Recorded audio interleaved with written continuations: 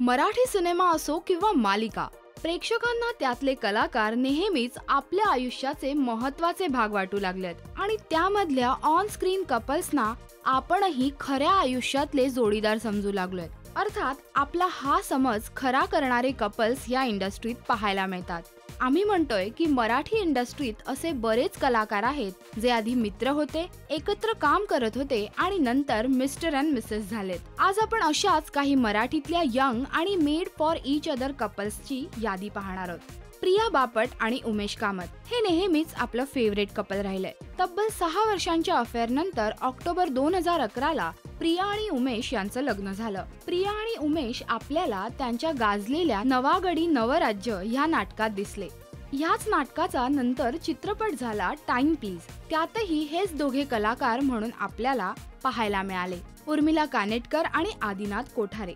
झपाटलेल्या 2 च्या सेटवर सुरू झालेली ह्यांची ही लव्ह स्टोरी अखेर 2011 ला उर्मिला आणि आदिनाथ लग्नाच्या बेडीत अडकले।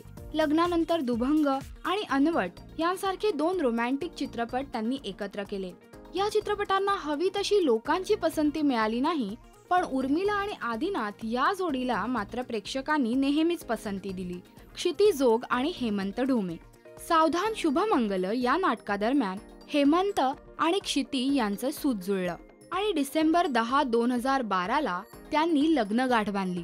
क्षिती आणि हेमंत आपल्याला फू बाई फू या कॉमेडी शो मध्ये वेगवेगळ्या पार्टनर्स सोबत पण एकाच रंगमंचावर पाहायला मिळाले। अभिजित खांडकेकर आणि सुखदा खांडकेकर हे ही मराठी इंडस्ट्रीतलं एक यंग कपल। 3 फेब्रुवारी 2013 ला ह्यांचं लग्न झालं। माझी या प्रियाला प्रीत कळेना ह्या मालिकेला यश मिळाल्यानंतर जय महाराष्ट्र ढाबा भटिंडा हा अभिजितचा पहिला सिनेमा ठरला, ज्यात त्याने प्रमुख भूमिका केली आहे। आणि सुखदाला आपण नुकतंच तुझं माझं जमेना या झी मराठीच्या मालिकेत पाहिलं होतं।